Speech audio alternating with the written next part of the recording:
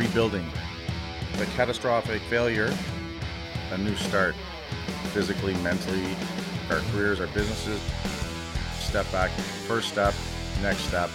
The driver in me just wants to get it done tomorrow. We'll do this, do that, let's move this, where are we at with this? You build some confidence, build some self-esteem, start to feel better about yourself. The Silverback Blueprint Podcast, a show for men over 40. We focus on getting stronger, staying motivated, building discipline, creating a community, and becoming truly happy. Hey guys, and welcome to the Silverback Blueprint Podcast, episode 126, Manage Your Energy. I was just speaking to Luke off air. That's what the cool kids say in the podcasting business, off air, with quotes. Just kind of feeling a bit in a funk lately. And that's not like me, but it does happen sometimes. And, I kind of been recognizing it for the last week or so. And as I look into it, it really becomes for me how I'm managing my own personal energy throughout the day. Now, that could be everything from how I'm eating, how I'm sleeping, my physical activity. But really, for me, what makes a big difference is what's going on with me mentally and emotionally. It's not always about how many hours in a day you work, although that has an effect. And at 50, I still like to kick ass and that kind of thing, but it's not the same that when I was 20 and when I was 30, and I think that can be said for all of us. However, being healthier now at 50, my overall residual or baseline energy is much better than at 40 and 42 when I first started the whole hostile adventure. So that's a given, and that's huge. We can always improve those things. But the thing that I think that really affects how we have our how we manage our energy is the activities that we do. And for me, I think there's two types of activities. And there are many activities, but I kind of put them under two different columns, if you will, column A and column B. There's activities that will empower us and that will energize us. And these typically tend to be the activities that we enjoy doing. But they also tend to be the activities that we just are naturally wired to do. So if you're someone like me who's very social, so having conversations, having meetings, talking about training, talking about business, talking about life, I could do that shit all day long. I could be on the phone for an hour with that, and I don't even like being on the phone. That stuff excites me, so I have lots of energy for it. The other type of activity are the ones that we don't like doing or that are not in our natural wheelhouse. They're the ones that drain us, and they take so much more effort. So someone like me is very outgoing and very driven, lots of ideas, wants to see things happen quickly. Anything that I feel is the opposite of that slows me down. So the detail work, the paperwork, making sure all the I's are dotted and the T's are crossed. Those things are draining for me. That's not my natural wheelhouse. Now, somebody else, depending on how you're wired, would thrive in that situation.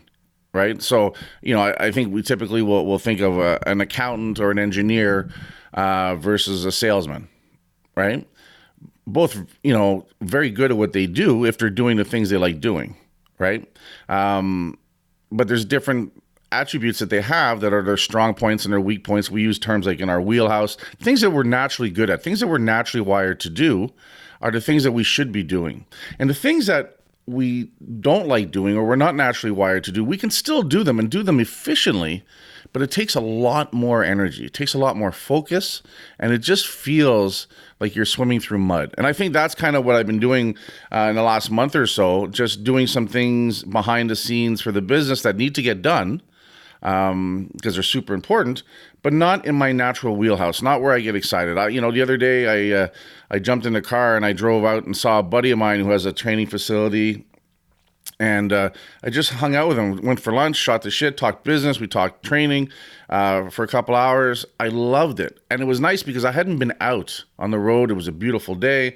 It was an hour and a half drive one way. Like I really, really enjoyed that because that's where I'm just naturally happiest. Visiting, doing stuff, talking about the big ideas, getting some fresh air.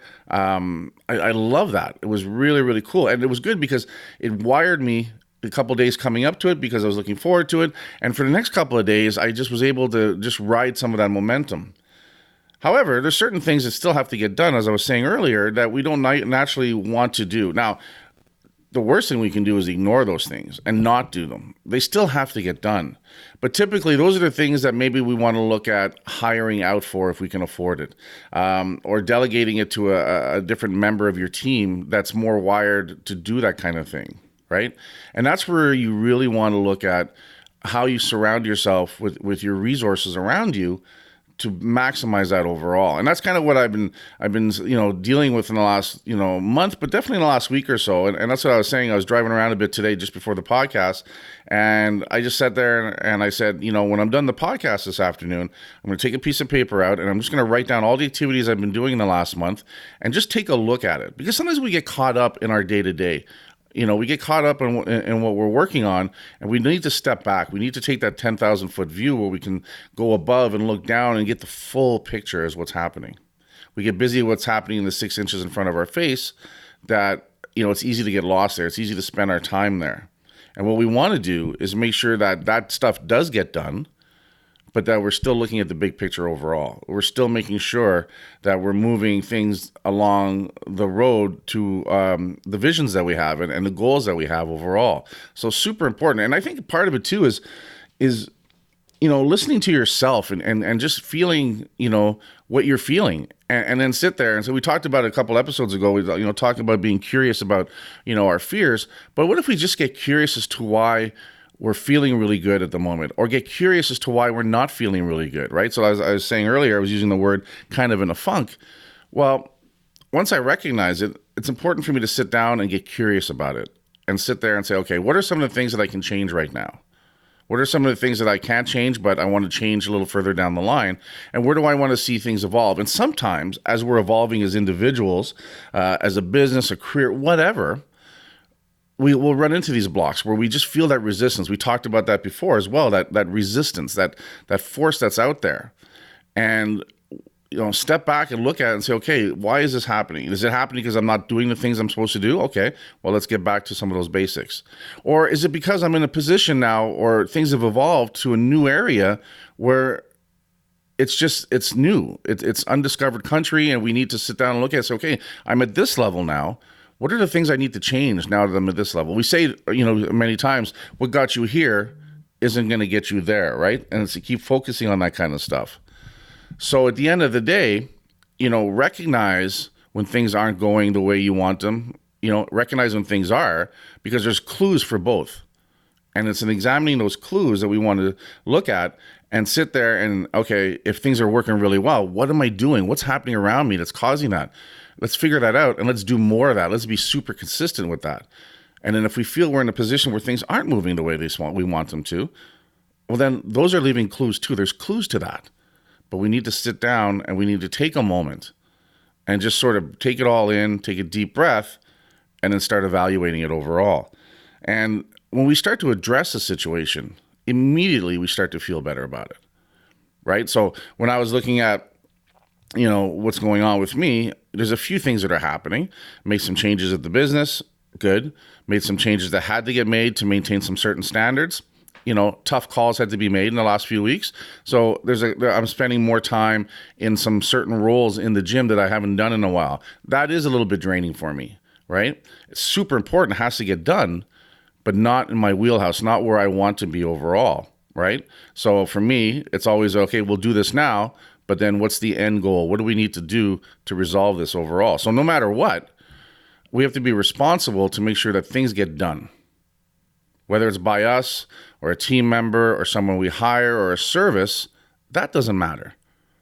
But we have to make sure it still gets taken care of. Because the excuse of, I missed on doing it because I don't like doing it, well, that doesn't work either. And that's often a cop-out. And that often leads to bigger problems down the line. And we're all guilty of it. I don't give a shit how super adjusted we are and how evolved we are as an individual and as a business and in what we're doing. We're still going to have those things. We're human after all. The key is to recognize it and to resolve it quicker, right? And try to make sure it happens less often, right? Because we're not perfect, but we need to keep on working on improving overall. So for me, those are some of the things that, they're not necessarily aha moments. They're just becoming aware of the situation and understanding I'm feeling a certain way. So what can I do to resolve that? If I know, especially that I'm in a situation where I'm doing those things that are more draining, but they have to get done, one of the ways for me to make sure that I have the energy I need is to make sure that I'm eating better, is to make sure that I'm sleeping, more efficiently, getting sleep, not staying up too late, right? Taking a nap if I need to take a nap. To this day, I still feel guilty sometimes when I take a nap, but when I sit there and look at the hours I do and stuff, I'll be in the gym now teaching at 5:45. I'm opening the gym at 5 a.m., but then I'm also teaching at 6 p.m. and 7 p.m. and 8 p.m., right? Well, my 8-hour day becomes 15-hour days, right? So there's nothing wrong with me deciding to take a nap from 1 to 2 in the afternoon or 1 to 3 to recharge those things. And it's funny because I've been doing that, and I was doing a little bit of research on that and, what's the right length? And there's things, people out there saying 10 minutes is more than enough. And some people are taking 3 hours. So it's interesting to see what's going on with that. But at the end of the day, that's part of what I need to do to manage my energy, right? To make sure that when I am doing what I have to do, I'm doing it at the best of my ability and as efficiently as possible overall. And there's times where, we know we should be able to, this position, let's say in business, would be better if we could hire it out, but maybe the business can't afford it right now. Or maybe that position doesn't require enough hours to hire somebody for, right? So sometimes you just have to bite your bottom lip and just deal with it and push through it. But know that the moment you can get to this next level, this would be a position you'd want to cover overall, right? So it's about becoming aware. It's about getting things done that have to get done. But then it's about sitting back and looking at things and trying to be objective and problem solve and see the big picture, but really work on doing the best that you can do and then put yourself in a better situation to be successful, right? So sometimes we get caught up doing the things because we feel like, well, no one else can do it. And that's sometimes a micromanaging issue and that kind of thing and a control thing. That's not the way I am, not anymore. I'm more than happy to delegate it. But what comes, super important when we talk about delegating is we need to follow up, right? We need to make sure that whoever we gave that task to knows specifically what's expected of them, what has to get done. And then we have to follow up to make sure they're doing it because maybe there's a learning curve for them. Maybe they say they want to do it, but they're not going to do it. Maybe they're not capable of doing it, right? Or we all mean well. We all say, yeah, I'll do something, but then we get sidetracked because we're not focused enough as well. So in a leadership role, that's one of the big things sometimes is that, you want to build a team, but you always have to be working with your team. You always have to be following up with your team. You always have to make sure that things are getting done. Spot check, look into things overall, because at the end of the day, your success is it's dependent on you, right? So that's the one thing I always say with the business is that, I've got a good team. We're always working on improving the team itself, getting them better, those individuals better doing what they do, doing what they love to do overall, right? But it's also, at the end of the day, my responsibility, whether it works or not, right? So if I'm going to be responsible for it ultimately, then I should make sure that I stay on top of things to make sure that things run the way I think they need to run. And that, communication with your team, all those things are super important, right? You don't want it to be a dictatorship. However, there has to be a leader and there has to be someone that's holding people accountable, including themselves, as you work forward towards your goals and building the brand, taking care of your clients, right? One of the things that we say a lot now at the gym is that our first rule, our first priority is that every client has a great workout. And if we sit there and we just base every activity we do throughout the day, every interaction we do with every client, based on the fact that we want to make sure that that individual has a great workout, then I think the rest falls into place.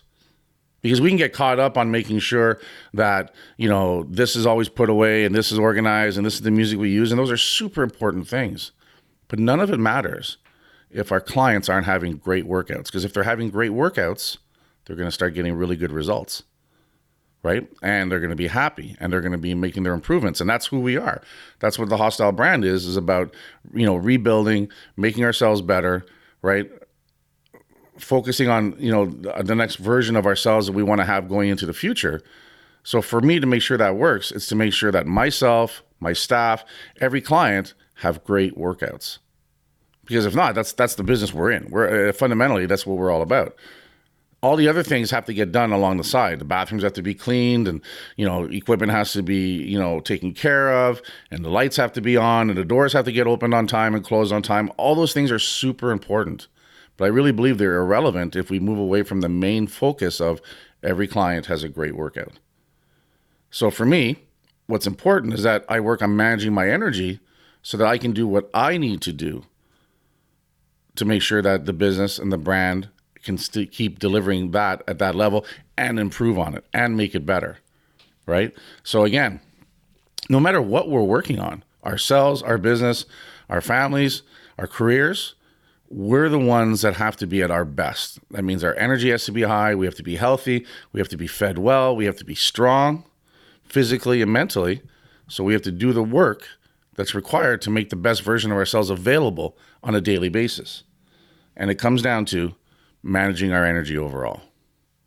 That's all I have to say about that for now, guys. Head on over to iTunes, leave us a 5-star rating, give us a positive review. Head on over to hostilegear.com, use the code Silverback to save 20% off some amazing things. You know what's really kicking ass right now is our Work Hard Motherfucker t-shirts.